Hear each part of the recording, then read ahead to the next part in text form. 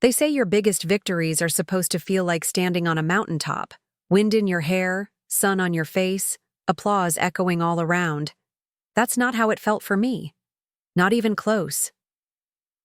The day Onyx Tech announced a record $3.2 billion in revenue, our highest ever. I was tucked in a corner of the glittering conference hall, nursing a paper plate of catered hors d'oeuvres. On stage, a parade of men congratulated each other for the empire I had built. My name? Not mentioned. Not once. It had taken 4 years. 4 years of 14-hour days, of slashing burn rates until they bled no more, of dragging our archaic systems, kicking and screaming out of the technological dark ages. I joined Onyx when we were barely a blip, hemorrhaging clients and credibility after a string of launches that had spectacularly imploded. They brought me in quietly, no fanfare, just the title, Director of Strategic Operations. Translation, the woman we desperately hope can save our collective behinds. And I did. I engineered a modular rollout strategy that sliced onboarding time in half. I spearheaded the restructuring of our chaotic DevOps pipeline, pushing for microservices, when everyone else was still clinging to monolithic dinosaurs. Oh, I made enemies. You don't change a company culture without ruffling feathers, sometimes drawing a little blood. But I won more battles than I lost. In the end, I delivered exactly what I'd promised: stability, growth, and ultimately dominance. Our biggest client, a multinational logistics firm, once said, "Ginny's team doesn't just deploy code, they deploy confidence." I still have the sticky note where I scribbled that down. So, yeah, I expected a little nod, a crumb of recognition. Instead, I got an email. The subject line hit me like a physical blow. Compensation change notice. At first, I figured it was a mistake. Maybe a clumsily worded bonus confirmation? Nope, it was a reduction, a 15% salary cut. The email cited an adjustment to better reflect internal equity following organizational realignment. I stared at my screen. The clinking of champagne glasses around me, a discordant soundtrack to my disbelief. Our CEO, Martin Vellum, was under a spotlight, pontificating about visionaries, risk-takers, and the next generation of leadership. Behind him, a slideshow flashed portraits of key contributors. My face wasn't among them. No photo, no mention, not even a glance in my direction. Though I was standing a mere 20 feet from the damned stage, I felt invisible. No, worse. I felt like I was being actively erased. It started subtly, the floor shifting beneath me almost imperceptibly. Invitations to the new strategy meetings, mysteriously absent from my calendar. Tasks I used to oversee, now funneled through. A newly minted Office of Digital Transformation. Cute title. Especially when I found out who was heading it. Samantha Vellum. The CEO's daughter, fresh from Stanford with a philosophy degree and a LinkedIn bio boasting terms like thought leader and vision strategist.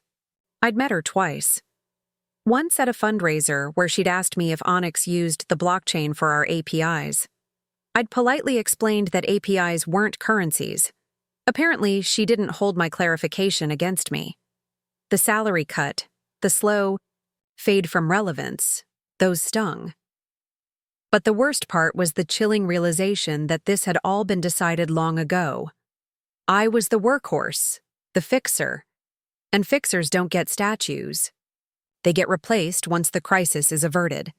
Later, as they unveiled our new client growth graph with actual fireworks on the slide deck, someone handed me a champagne flute. I held it, didn't drink, just watched the bubbles rise, vanishing before. They reached the surface, like me. No one noticed when I left early. I walked past the valet, heels pinching, shoulders tight under my blazer. I didn't cry, I didn't scream, but deep in the pit of my stomach, something cold and calculating began to settle. Because I knew something they didn't. The system. The very infrastructure that powered our SaaS platform, the one handling everything from client logins to data syncing, had a heartbeat. A heartbeat only I truly understood. And it was starting to stutter. They thought they could just cut me out. They had absolutely no idea what was coming. The HR office always reeked of lemon-scented disinfectant and stale, forgotten coffee. It was too early, too quiet, too staged, like a waiting room for a pre-scripted disaster. "Just a quick check-in about your new role," the email had chirped. "Excited to collaborate on next steps." I knew better. Lena from HR greeted me with a brittle smile, the kind reserved for people you're about to systematically dismantle. She gestured to a small, round table instead of her desk. "Power Dynamics 101. Side by side is a conversation. Across a desk is a decision. We wanted to talk about how we see your next chapter here," Lena began, her hands folded neatly on a pastel notepad. "We think your experience makes you a perfect candidate for a mentorship-focused role. You'd still be involved in key initiatives, but more from an advisory angle." "Advisory," I repeated. The word tasted like ash. "Yes." She nodded. Far. Too brightly. "Supporting the newer leadership, offering guidance without the pressure of ownership. It's less about execution now, and more about legacy. Legacy. A beautiful corporate euphemism for burial." "Who decided this?" I asked, my voice flat. She hesitated, the plastic smile faltering for a nanosecond. "Leadership consensus. We're going through a transformation period, aligning with future-forward structures." I said nothing. My silence, I'd learned, now carried weight. She looked down, fiddling with a paperclip that was perfectly fine. "We'd love your help transitioning the team," she added, her voice a little too soft. "You'll still have access to systems. Nothing is changing overnight." Oh, but it already had. Everything had changed. Back on the 7th floor, the glass-walled meeting room, once my command center, was aglow with a morning strategy session. I peered inside, just for a second. And there she was, Chloe, last summer's intern, fresh, degree, big eyes, a nervous energy that practically vibrated. She was in my seat, literally. My leather swivel chair, my view of the whiteboard, and she was speaking, her voice carrying a surprising, if rehearsed, confidence, while Samantha Vellum sat beside her, nodding with exaggerated encouragement. No one looked towards the door.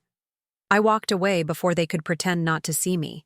For the rest of the day, my inbox was a graveyard of handoff notes.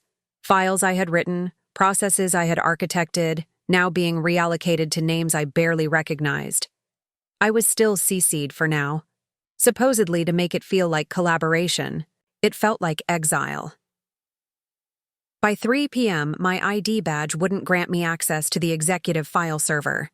By 4 p.m., I was removed from the calendar for the weekly director's sync. By 5 p.m., my new title appeared on the internal org chart, Senior Strategic. Advisor.legacy. There was that word again. My office wasn't mine anymore, apparently. An IT guy named Jordy, bless his oblivious heart, asked if I needed help resettling into the shared project pod. Resettling. Like I was a piece of old, inconvenient furniture. I spent the rest of the week at a temporary hot desk. No plaques. No framed client letters. No space for my books. The woman who had saved this company was now just another shadow among the cubicles. But I wasn't broken. Not yet. Because in their rush to replace me, to install their shiny new figures, they'd made a mistake, a small one, subtle, but potentially fatal. They forgot that the system they still depended on, the one they believed was so stable, wasn't finished evolving, and they had no idea how to read its pulse. I did. And deep beneath their dashboards and vanity metrics, it was beginning to skip. A tiny, almost imperceptible arrhythmia. The house was quiet. Not a peaceful quiet.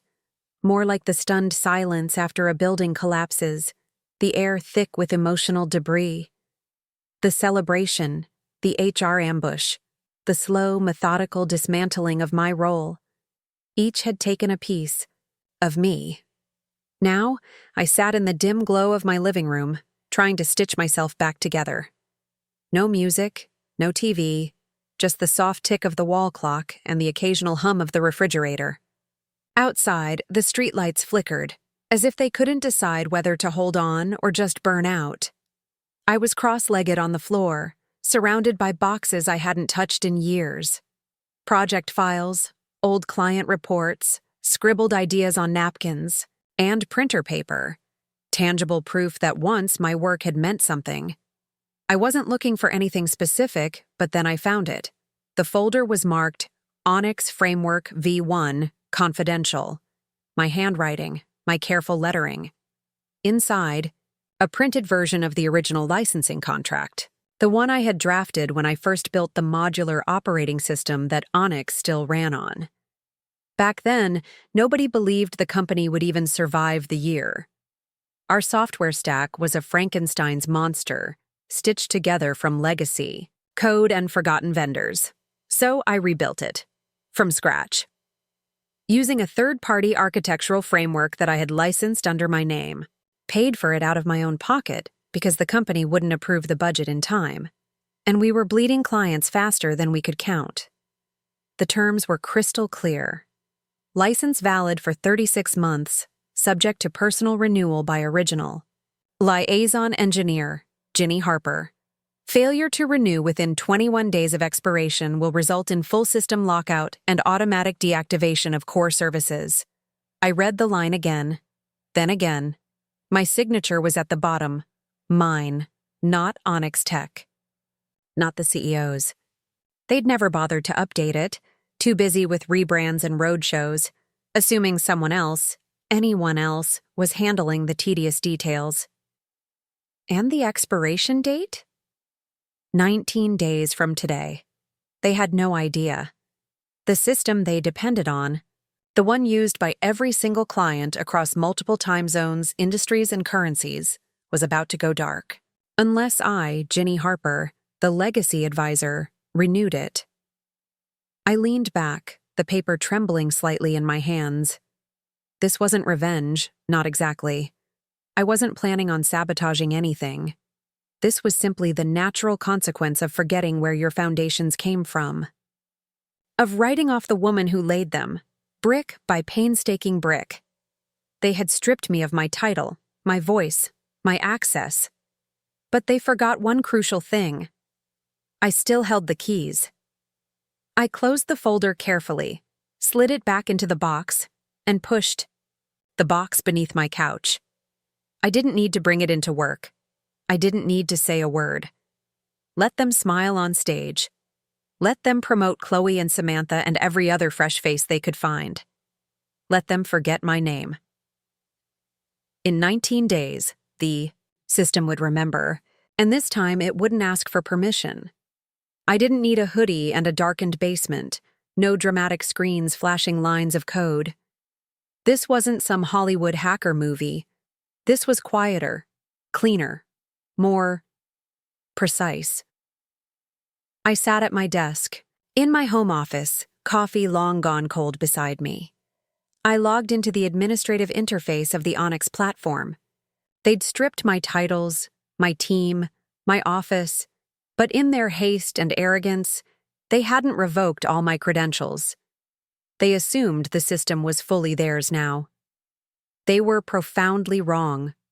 The core of the platform, Onyx Stream, was built around modular bridges, connectors, and translators that I had developed myself. Not borrowed, not outsourced. My code, my logic, my proprietary methods. When I licensed the underlying architecture to the company, I hadn't given away the crown jewels. I'd merely rented them out. And now, I was simply taking back what was mine line by line, function by function. I began to meticulously extract the essential elements that were never truly Onyx's property. Not deleting, not sabotaging, just disconnecting. The first modules to go were the API harmonizers, small, almost invisible background processes that kept data flowing smoothly across all our dashboards, seamlessly syncing time zones, currencies, and timestamps. The unsung heroes I'd tucked deep into the framework, beneath layers of legacy code that no one else even pretended to understand. Without them, lag. The next morning, I saw it in the system logs. Reports for a few clients in Australia loaded 5 seconds slower, then 15. Then some simply stopped generating altogether.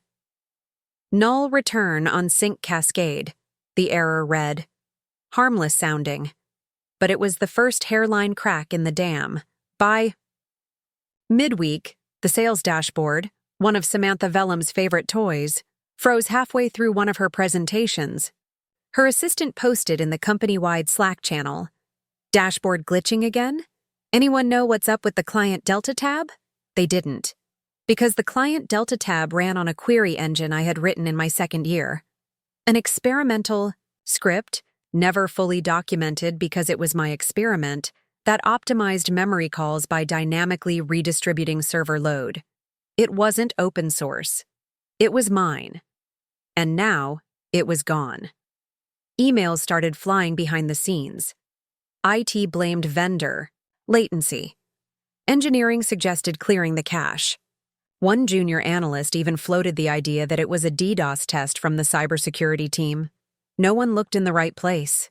No one thought to ask me. I was just a legacy advisor now, wasn't I? Background noise. But the system knew me. It knew when I touched it. And now it was reacting. The glitches were still small, isolated. That was intentional. This wasn't a storm. This was a slow drip. The kind of leak in the ceiling no one notices until the entire roof caves in. I didn't feel proud. I didn't feel triumphant. But I did feel something I hadn't felt in weeks. A quiet, steady hum of control. Chloe started wearing heels to the office. Not because she needed to, but because she clearly thought they made her sound important when she walked. Click. Click. Click! Like little punctuation marks announcing her impending arrival. She was still technically shadowing Samantha, but lately she'd begun introducing herself in meetings as the director's liaison. There was no such role, but no one bothered to correct her. She'd even begun replying to emails that were clearly meant for me, sometimes even taking over recurring syncs I used to lead, framing it as a chance to explore fresh perspectives. It wasn't malicious, not exactly, just overeager. Ambitious in that clumsy, sharp-elbowed way that mistakes confidence for competence. On Wednesday afternoon, I passed by a breakout room and overheard her on a call. "I think we're going to sunset some of the legacy logic," she said brightly, her voice full of unearned authority. "It's causing all sorts of data artifacts. I've flagged the Ginny modules for review." The Ginny modules. I paused, unseen in the hallway. She said it like they were some dusty, outdated set of functions, remnants of an old, embarrassing version of the company. Something to be swept away so she could build her paper palace on a clean slate. It was both laughable and deeply insulting. Later that day, I walked into the analytics room, the one with the glass walls and the giant dashboard screen that used to pulse with the real-time heartbeat of our systems. Chloe was already there, poring over error logs and rattling off theories to an intern who looked utterly overwhelmed. I didn't announce myself. I simply walked up to the console, leaned over her shoulder, and said quietly, "Those data artifacts you're seeing aren't from the modules themselves. They're the result of the bridge variables being disconnected, which only happens when someone disables the mapping layer." She blinked, startled. I didn't disable anything." "No," I said calmly. "But you told the team to stop loading the legacy reconcilers during the nightly refresh, didn't you? Those are the mapping layer." "I was told they weren't essential anymore," she said, a defensive edge to her voice. "By whom?" She didn't answer. The intern awkwardly shifted in his chair. I turned to him and smiled kindly. "The errors you're seeing are because the system is reverting to default sync logic. It's not equipped to handle multi-point currency, drift without that patch layer. That's why you're getting null values on the Q3 projections. He nodded, a flicker of understanding and maybe gratitude in his eyes. Chloe didn't move. I turned back to her. You might want to slow down on trying to erase people's work, Chloe. Some of us built this place from the ground up. And we didn't.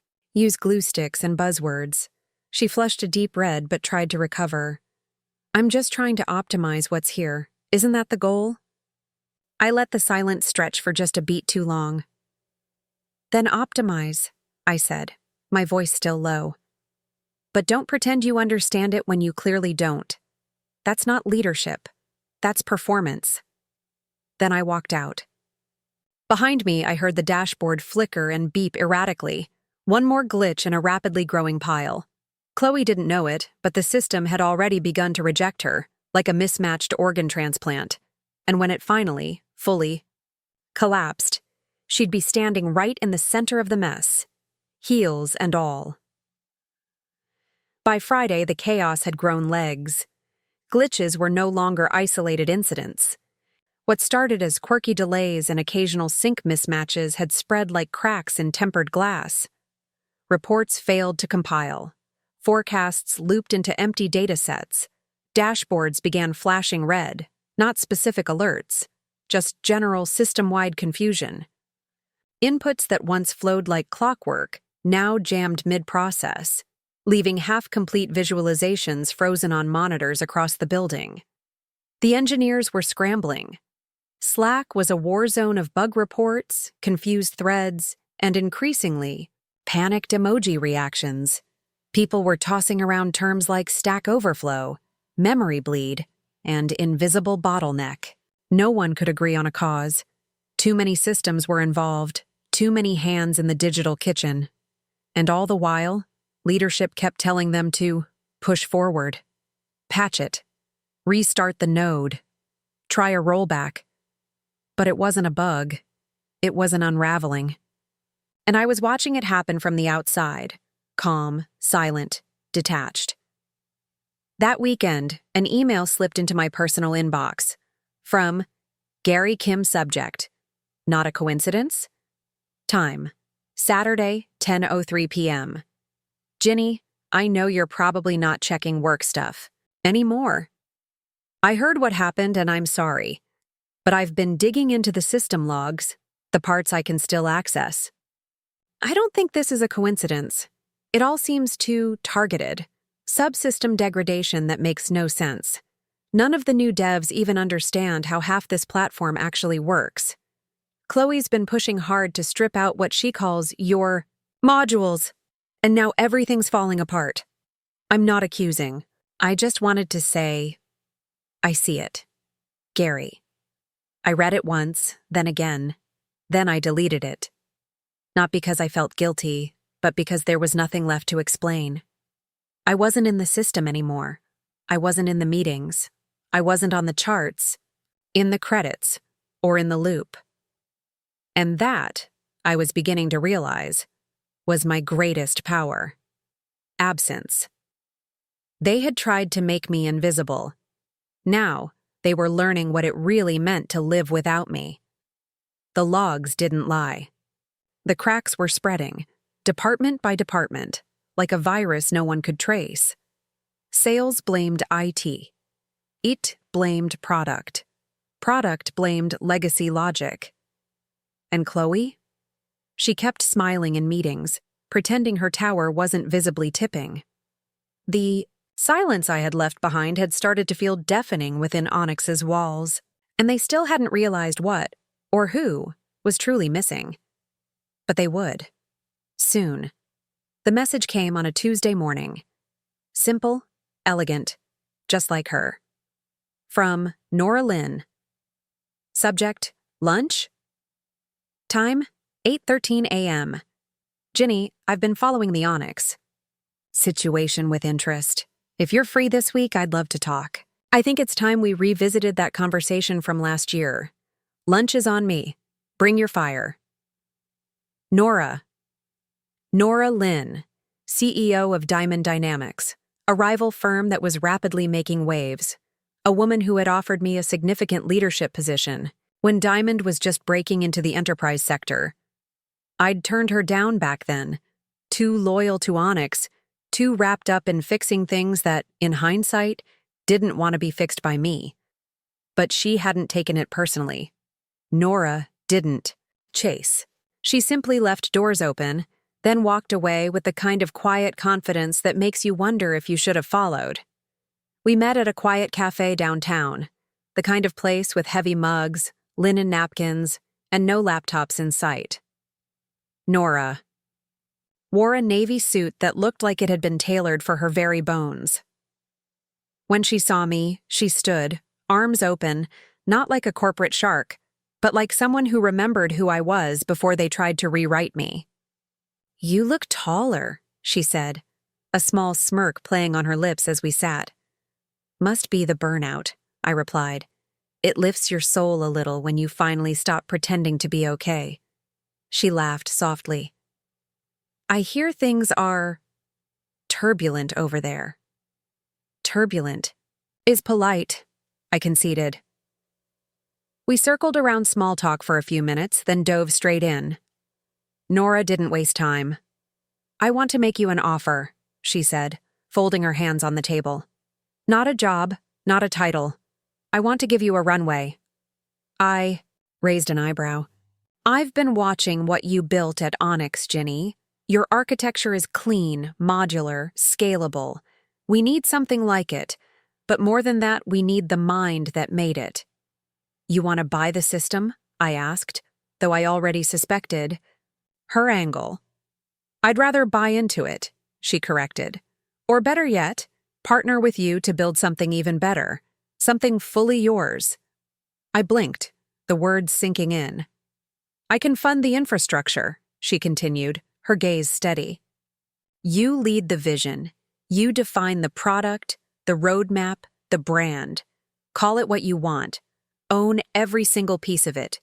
We'll back it, and we'll give you the team to make it real." My throat tightened. This wasn't just a pitch. It wasn't a rescue. It was a resurrection. "I'm not asking you to join Diamond," she said, leaning forward slightly. "I'm asking if you're ready to build what they told you could never exist. A company that runs on your rules, your values." I didn't answer right away. Instead, I looked out the window, where the city moved on, relentless, without waiting for anyone's permission. And somewhere in the chaos of my recent past, I realized what I felt wasn't bitterness or fear. It was freedom. For the first time in months, maybe years, I wasn't calculating how to stay relevant in someone else's machine. I was imagining what I could build with my own two hands, on my own terms. I turned back to Nora. A genuine smile, the first in a long time, touched my lips. "Let's talk terms." The Onyx Tech building looked the same.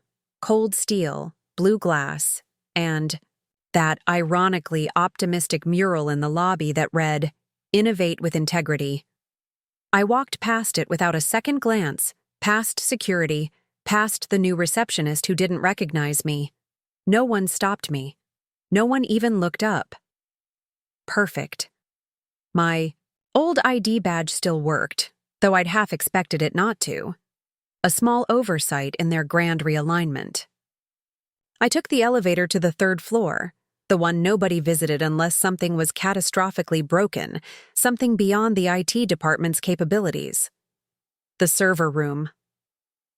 The air hit me, as it always did, dry, cool, and humming with a quiet, constant energy.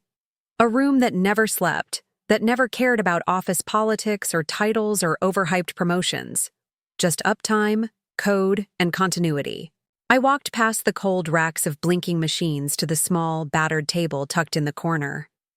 From my bag, I pulled a sealed envelope and a folded piece of thick cardstock. On the cardstock was a diagram. Clean, precise. The original blueprint. Not the half-mangled, outdated versions scattered through their internal wikis. This was the true skeleton of the Onyx system, showing where every critical thread connected, where every vital dependency nested. No one else currently at Onyx had ever seen it in its entirety. The letter was simple.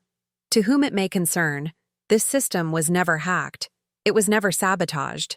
It was withdrawn. Ownership is more than a legal document. It's trust. You broke that? Trust, and therefore, I no longer owe you access to something you never truly respected or understood. You will rebuild. You will recover, but it will not be on my back. I placed the letter beneath the diagram and stepped back. The servers blinked in the dim light, blissfully unaware they had just become orphans. As I exited the server room, I nearly collided with Chloe in the narrow hallway. She was holding a clipboard, her eyes wide with a manufactured sense of urgency. We both froze. "Ginny," she said, her voice a little breathless, as if she'd seen a ghost. I looked her over once. Hair pulled back too tightly, blazer a size too stiff, those heels, clicking slightly off rhythm on the utilitarian floor. "You're here?" she asked, confusion warring with suspicion in her eyes. "Are you fixing something?" "No," I said quietly. "I'm finishing something." She blinked, the defensiveness kicking in.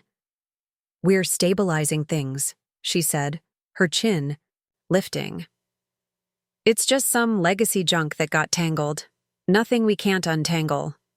I nodded slowly, then stepped a fraction closer, my voice dropping even lower. "You think you're in control, Chloe. You think you inherited something.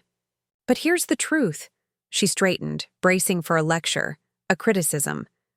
"You didn't lose me," I said, my eyes locked on hers. "You never had me." She flinched. Not visibly, not dramatically. Just a tiny, almost imperceptible tightening around her eyes. The kind of wound that doesn't sting until the echo of the words catches up, much later. Then I turned and walked away. The elevators felt slower than usual on the way down. Or maybe I was just ready this time. Not angry, not heartbroken. Just done. Onyx Tech could write me out of their speeches, wipe my name from their credits, delete my user profile from their systems. But they could never erase the fundamental truth. The heart of their success was something they never understood. And now, it was gone. It didn't happen all at once with a dramatic explosion. That's the thing about real collapses. They begin quietly, like a hairline fracture beneath polished marble, invisible until the first chunk of stone unexpectedly caves in. Onyx Tech began bleeding from the inside out. The customer service lines were the first obvious red flag. Hold times doubled, then tripled. Clients from the Asia-Pacific region started reporting missing sync logs. European partners complained their dashboards wouldn't load critical data. The error reports, once a trickle, became a flood. Small, frantic, and impossible to contain. By day 4, the core infrastructure was visibly buckling. Data wasn't syncing correctly between critical systems. API calls were timing out at an alarming rate. The complex system that once hummed like a precision engine now groaned and sputtered with every attempted task. Recovery protocols, designed to kick in during outages, failed spectacularly because the auto-clean scripts and diagnostic routines, scripts I had written and maintained, were no longer there, or no longer compatible with the crippled core. The servers weren't technically down. Not exactly, they were just confused, operating like a machine trying to run a language it had never fully learned, with key pages ripped from its instruction manual. At Onyx HQ, panic finally set in. Department heads pointed fingers across polished conference tables. Slack threads, burned with messages like, "Emergency escalation, CRM offline, failover protocol not responding," and the increasingly desperate, "Who has the root access logs for the primary database?" Chloe, I heard, had gone silent, her earlier confidence shattered. Samantha Vellum was reportedly in hiding behind an external communication strategy team, crafting statements that said nothing. And Martin Vellum, the CEO, was allegedly on his 4th emergency call with major investors before noon, his voice hoarse. I watched it all unfold from my laptop. Not through hacks, not through back doors, just observation. Publicly visible system logs from their less secure endpoints. Uptime monitors flashing red across the globe. Outages tracked in real time on tech forums and client support dashboards. I sipped my tea as I watched the chaos take root. Screenshots of error messages from Onyx's platform started circulating on LinkedIn and Twitter. A thread from a prominent former client went viral. We were promised world-class infrastructure by Onyx Tech. Today, our entire team had to manually rebuild critical datasets from backups due to unforeseen systemic failures. Never again. By the end of that week, 3 major enterprise clients had publicly announced they were severing ties with Onyx Tech. The stock dropped 12% in a single day. And inside the gleaming Onyx glass tower, the hushed whispers had reportedly turned to outright shouting. They were realizing it now, far too late. This hadn't been sabotage, it had been dependency. Every line of elegant code that made their system sing, every streamlined process, every hidden patch and preventative trigger that kept disaster at bay, it had all been mine. The invisible scaffolding that held their entire empire together, while they stood on stages and soaked in the applause. They had removed me, thinking the house would stand on its own. But I had taken my beams with me. And now it was all falling down.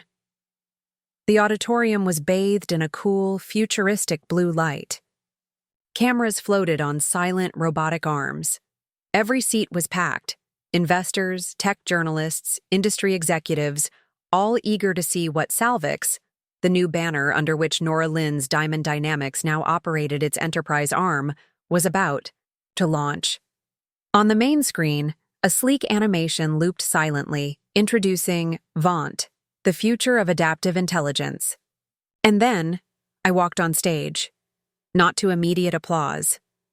At first, just a ripple of surprise, a collective intake of breath. Recognition flickered across a few faces in the front rows.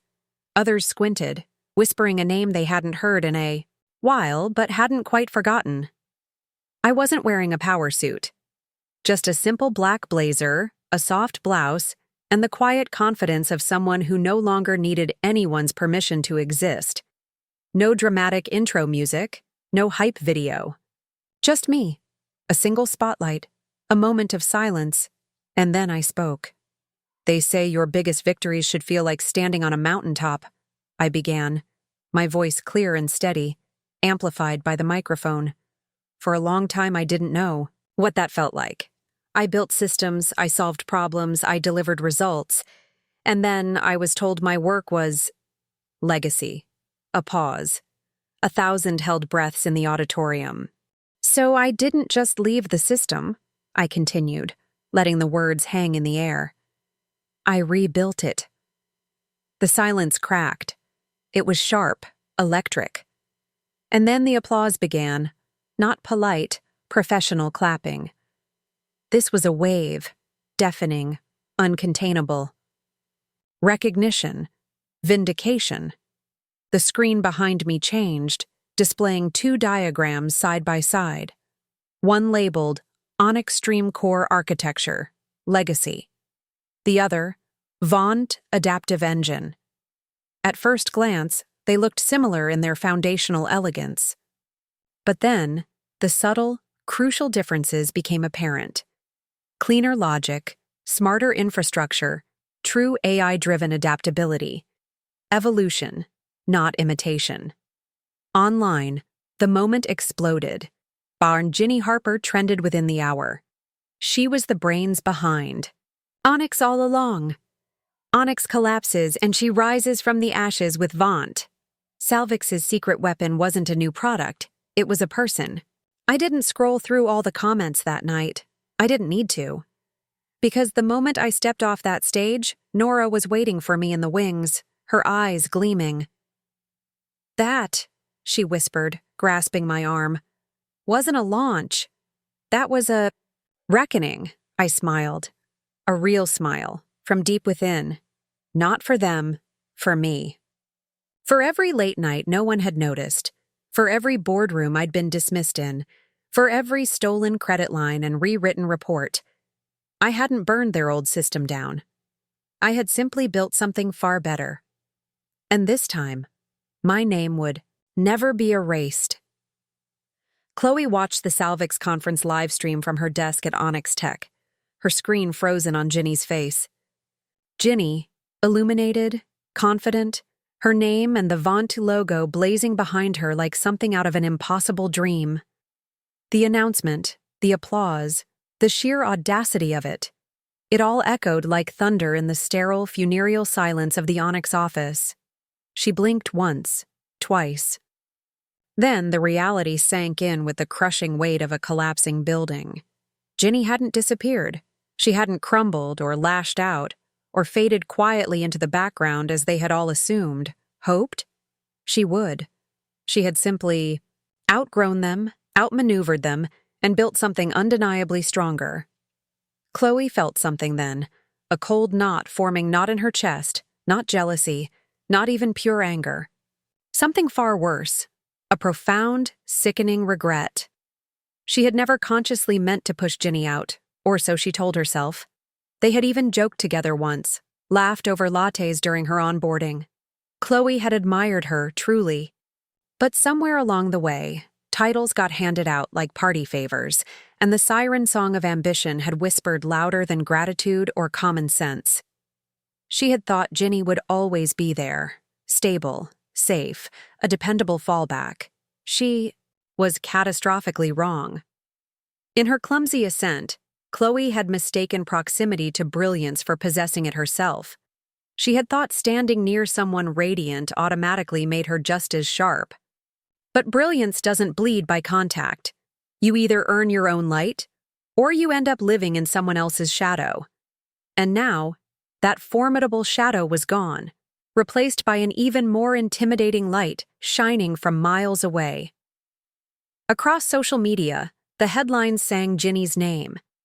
Salvix stock soared, Onyx's plummeted further, and Chloe sat in the same ergonomic chair Ginny once occupied, surrounded by the digital ruins of an empire she didn't know how to even begin to rebuild.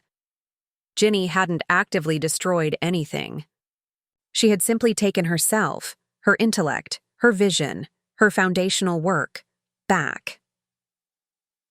The moral of the story, Chloe was beginning to understand, was painfully simple. Don't confuse someone's grace for weakness. And never, ever assume that quiet means insignificant. Some people don't need to shout to be heard. They simply rise. Ginny stood on the rooftop terrace of the new VWent headquarters.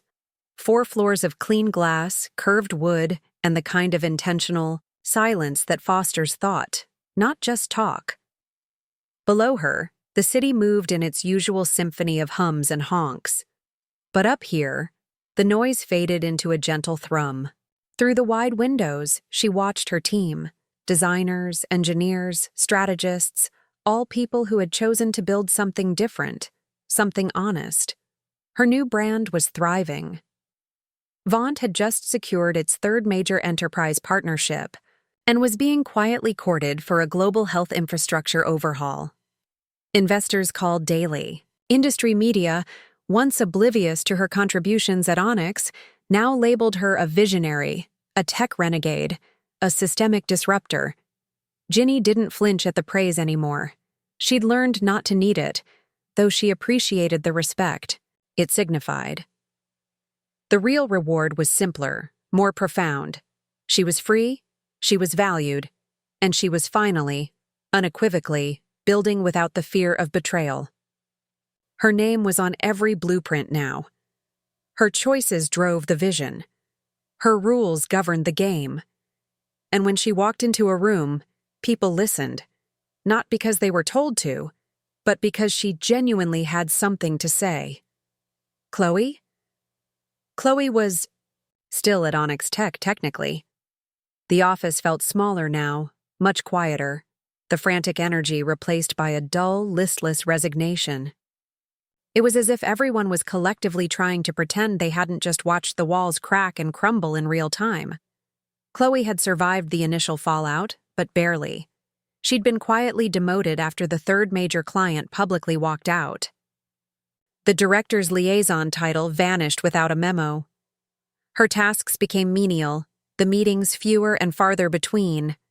Worse, she had become a cautionary tale. Whispers followed her into rooms. Even when no one said her name, she could feel the shift in the air, the unspoken judgment. It was like everyone had already read the last chapter of her career at Onyx. She wasn't angry at Ginny. Not anymore. She'd spent weeks, months, replaying every conversation, every missed opportunity, every moment she hadn't stood up, hadn't spoken out, hadn't recognized the brilliance she was so eager to supplant. In hindsight, she finally understood what Ginny had truly been. Not just a mentor, not just a colleague, but a shield, a foundation. And Chloe, in her ambition and naivety, had stood by and watched as others dismantled her, even handing them some of the tools. Now she watched Vaunt's progress from a distance, press releases, product demos, LinkedIn clips showcasing Ginny's calm, confident leadership. Sometimes, late at night, she'd type out a message, an apology, a confession. "I didn't see you, Ginny. Not really. Not until it was far too late." But she never hit send. Some absences, she was learning, aren't meant to be filled or forgotten. They're meant to be remembered as the space where something vital used to be.